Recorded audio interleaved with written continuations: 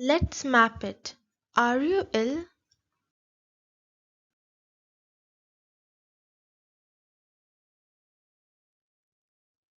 We eat 5 meals every day to grow strong and healthy. A healthy diet is made up of different types of food eaten in right amounts. Drinking enough water is important for our body. Our teeth help us to chew our food.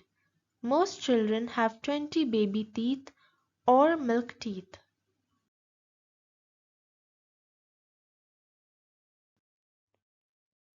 Most adults will have 32 permanent teeth.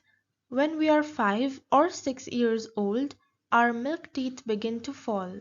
We cut our nails short regularly. We wash our hand before we touch food. We brush our teeth and bathe to be clean and healthy.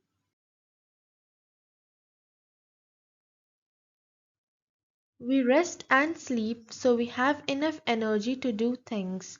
We exercise to be fit and strong. Our body will show different signs when we are ill.